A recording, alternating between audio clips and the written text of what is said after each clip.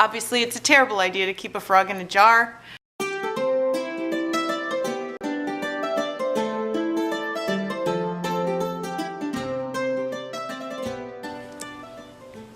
Hi there, it's Christy with the Chirp YouTube channel.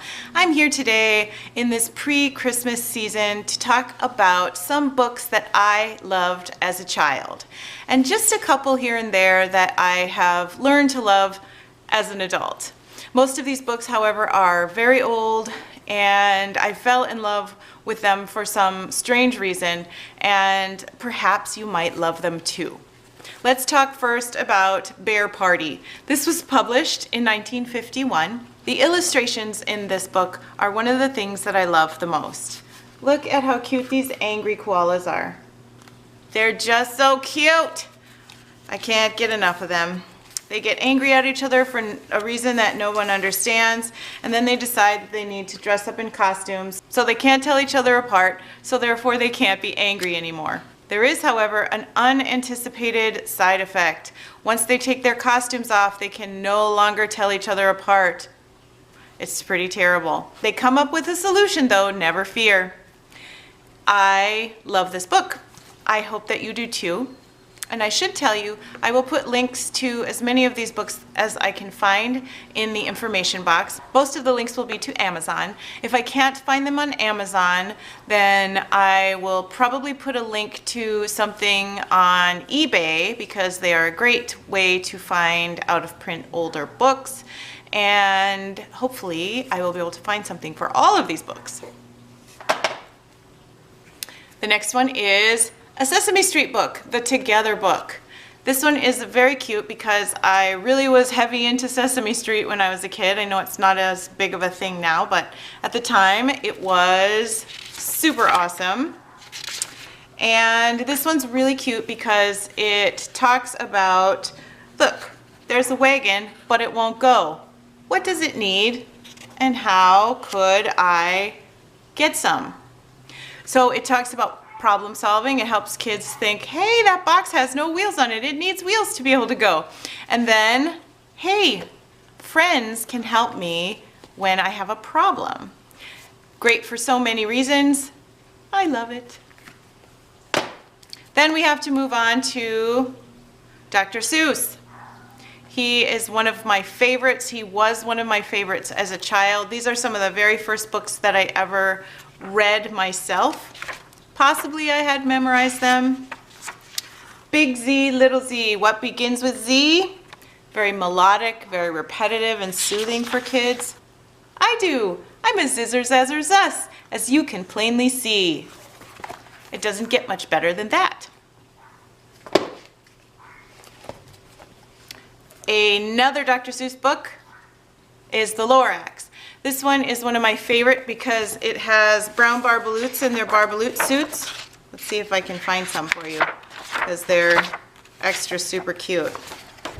Where are you, brown barbaloots in your barbaloot suits? Oh, the truffula trees and there they are, brown barbaloots in their barbaloot suits. And they're playing in the shade and eating truffula fruits.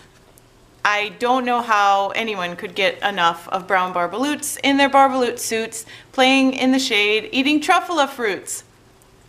It's so cute. Also, there's a great message behind this about taking care of the world in which we live and not chopping down all of the trees, not ruining everything for the sake only of profit. Great book for young warriors and for their parents too. Here's another book. I have no idea why I love it, but I do. It's a very minimalistic book about a young man in Japan. It's called Taro and the Tofu. Published for the first time in 1962. It's about a very rainy day, and Mom runs out of tofu, and Taro says that he will go get the tofu all by himself. And then he has to make a moral decision when he realizes he got too much change. What does he do? The illustrations are fantastic. You can see just from the front how beautiful they are, and from the back. And the wording is very soothing, and the atmosphere of the chilly day is lovely. And of course, Taro makes the right choice even though it's inconvenient to him. So he is a great role model. And I love that it's introducing kids to a not traditional food in most cultures in a very positive way, and teaching us that different things are traditional in different cultures. I'm going to introduce these all as a pack. These are the Mercer Mayer Boy and Frog series. I have 5 of them. I think that's all there are, but there may be more. Frog goes to dinner, frog on his own, a boy, a dog, a frog, and a friend, a boy, a dog, and a frog, and Frog, where are you? These are wordless books. My brother hates them, but I love them because the kid is encouraged to make up her own story. For some children who are very much rule-following sort of children or anxious children, this is a great practice to work on because they're very into having to have the words exactly right. Not being able to tell the story back to you in their own words, but instead repeating exactly word for word what the author put on that page. That's not necessarily the best way to learn, and these books sort of remedy that situation. So as you can see, something happens on each page. On this page, uh-oh, Frog is sneaking out of his jar. Then what happens? The boy wakes up and Frog is gone. Oh no, his friend is gone. Obviously, it's a terrible idea to keep a frog in a jar, but in this case, it makes for a great story. Frog gets lost, but he really loves that boy in this case, and he's happy to be found once again at the end. All of these books are very similar. The plot is very simple. The pictures are fantastic and very detailed. You can point something new out every time you read it, and I encourage you to let your child's imagination run when you are looking at these books with them. Ask your child, what's happening? Draw her attention back to the salient detail. The frog jumped out of the jar. Another thing with these books is that children with autism especially tend to not look at the things in an illustration or in a picture or in a movie that everyone else would be paying attention to. So in the first picture that I showed you, the frog sneaking out of the jar, the child with autism might instead notice that the boy is sleeping and tell you the boy is sleeping. Yes, and what else is happening? What is the frog doing? Sometimes we do have to guide their eyes to the part of the illustration that carries the plot forward. So you may have to do a little bit more work with these than reading a normal book, but they can be much more therapeutic, so to say, than a normal book as well. And they're really super cute. This one I have come to love since being an adult because it makes fun in a gentle way of the old Dick and Jane series. This is Surfer Dude and Betty. I live in Arizona, not California, but I appreciate Californian culture enough that this book makes me smile. Here is Dude. Hey Dude, what's up? Dude is a way cool guy. Bud is a most excellent dog. Betty is a righteous surf bunny. And it goes on from there. Dude and Betty go to the taco stand. What about Bud? He is hungry too. Oh no, Dude is out of cash. No food for you, Bud. Bummer. And then they go home and they meet Dude's mom and dad. And Dude says, Father, have you cleaned your room? Dude says, Mother, have you done your homework? Oh no, what a gnarly scene. It is time to bail. Bail, Dude, bail. Your kids probably won't get it, but you will. And it's worth having on the bookshelf, that's for sure. I've talked about this book a number of times when I have done videos on social emotional awareness. And this one is a great book for teaching kids about some of the wide range of emotions that we as humans can experience. It starts out with, on Monday when it rained, my mother said I couldn't play outside. I wanted to ride my new red bike with the blue horn to my friend Maggie's house. I was disappointed. Look at that cute little face. Being as this was published, not so long ago, I guess it was in 1989. So this kid is, you know, all grown up with kids of his own now. But the book is super cute, lots of emotions to discuss and talk about with your kids as they experience those same emotions. Another emotion book is How Are You Peeling?, which I've also talked about before. This one has fruits and vegetables that are carved, I'm not sure the right word, made into different emotions themselves. Can a gentle, smiling friend try to cheer you up again?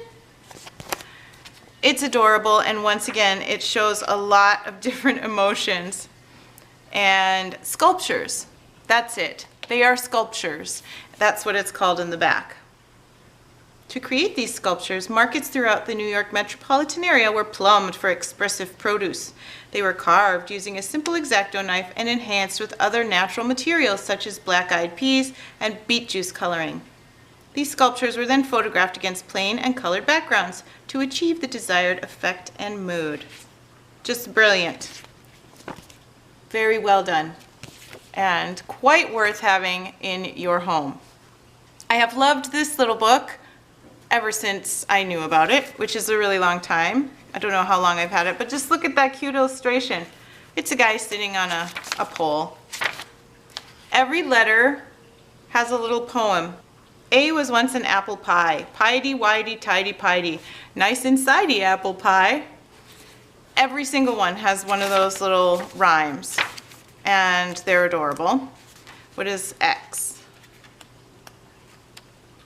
Oh, King Xerxes.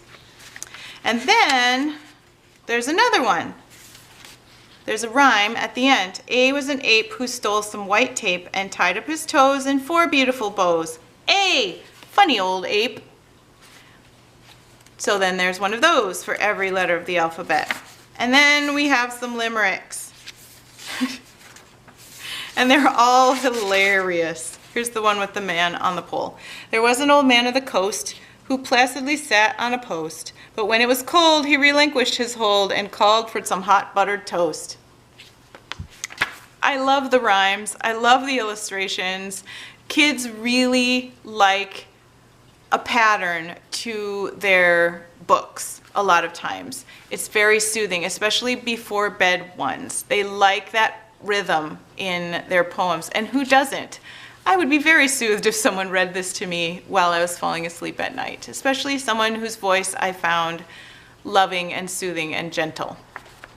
Don't miss out on this one. This is Noodle, and he is a dog, a wiener dog. This is the story of Noodle, who was very long from front to back and very short from top to bottom. It's really cute. He goes through a little bit of an existential crisis. He kind of wishes he were someone other than himself because he's so silly looking. And then he realizes that maybe it's not so bad to be who he is. Great moral of the story, great illustrations, and extra super adorable. Gordon the Goat. I think about this book all the time. I don't know why. I don't know if it's because of these really simple little illustrations. Look, there are barely any lines, no color. Look, a child could definitely have drawn this. This kind of illustration really spoke to me, and it kind of informs the type of illustration that I wanted for the curriculum that I wrote. Because sometimes kids want to see drawings that look like something they themselves could draw. It helps them to feel that we understand them a little bit better, I think. And I kind of felt like this. I could draw Gordon. That made me happy. This is Gordon, and he gets into some big trouble when he follows the herd. And he wishes he hadn't followed the herd. And from that point on, he becomes a different sort of goat, a better sort of goat. And it is a great story, and the illustrations are fantastic. This is the last book for our little discussion today, Sylvester and the Magic Pebble. This is a story about a donkey who makes a rash wish, which then comes true, and he has to live with the consequences until happily he is able to undo that wish and return to life as he knew it, except a wiser and improved donkey. It's a great story, and it's very cute. Very cute. The family is loving. Obviously, they look everywhere for him when he goes missing. And when he comes back, they are so happy. This one has won awards, as you can see.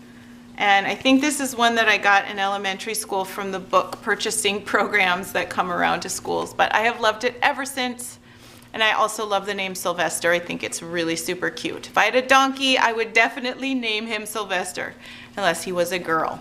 And then I don't know what I would do. Sylvestra? I hope that you enjoyed this little tour through some of my childhood memories and through some of the books that I have fallen head over heels in love with and that I've remained in love with for my whole life so far. I'm so happy that my parents read to me all the time and that my parents validated my love of reading at an early age and encouraged it. And instead of forcing me outside when I wanted to read, they let me read. Thanks, Mom and Dad. I hope those of you who have kids at home find some helpful books in this stash and that this video was helpful and enjoyable to you. Leave me questions down below if you have them. Check in the info box for links to these books and have a wonderful week. Bye.